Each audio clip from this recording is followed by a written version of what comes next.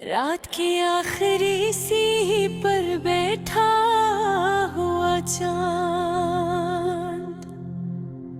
आज फिर मेरी वीरान खिड़की से लपट कर रोया। जैसे उसे भी किसी ने अधूरा छोड़ दिया हो, जैसे उसकी रोशनी भी किसी बेवफा के कदमों में मर गई हो। मैंने तकिए के नीचे छुपाए थे कुछ ख्वाब, कुछ तेरे नाम की खुशबू, कुछ अधूरे लम्स, कुछ हो वादे जो तुमने हंसते हुए कहे थे, मगर सुबह हुई तो सब राख बन चुके थे। तुम जानते हो कुछ लोग मोहब्बत नहीं करते, सिर्फ दिलों को इस्तेमाल करते हैं और फिर किसी पुरानी किताब की तरह बंद करते हैं। मैं भी तुम्हारे हाथों की एक पुरानी किताब था, जिसे तुमने कई रातें पढ़ा। मेरे लफ्जों में खुद को तलाश किया,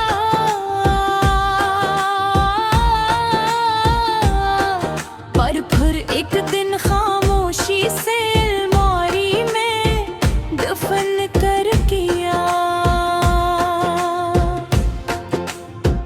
अब मेरी सांसों में नमी रहती है, जैसे हर सांस किसी कब्र से निकल रही हो।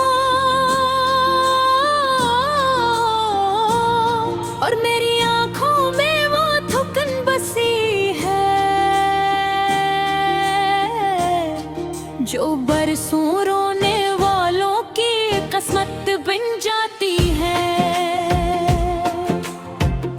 तुम्हारे जाने के बाद मेरे कमरे की दीवारें भी अदास रहने लगी। पंखा सारी रात है भरता है और दरवाजा हर दस्तक पर चौंक जाता है। शायद से आज भी तुम्हारे लौटाने का धूत हो रे। मैंने तुम्हें भुलाने के लिए खुद को सैकड़ों लोगों में बांट दिया।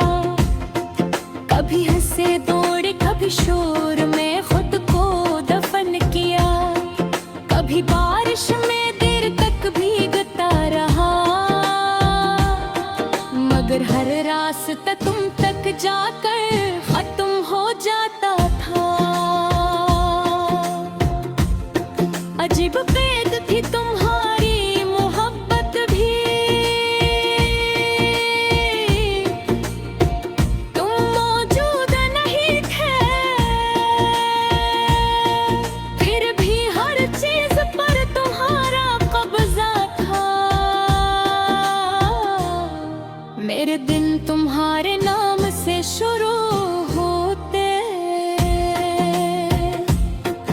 और रातें तुम्हारी याद के जनाजे उठाते उठाते मर जाते। एक वक्त था जब तुम मेरी दुआओं का सबसे खूबसूरत हिस्सा थे। मैं सजदों में तुम्हारा नाम रख कर रोता था, खुदा से तुम्हें मांगता था।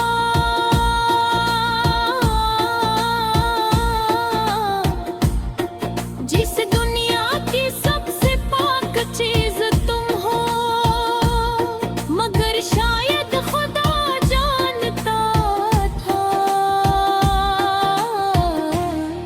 कि कुछ लोग दुआ नहीं सिर्फ आज़माइश होते हैं।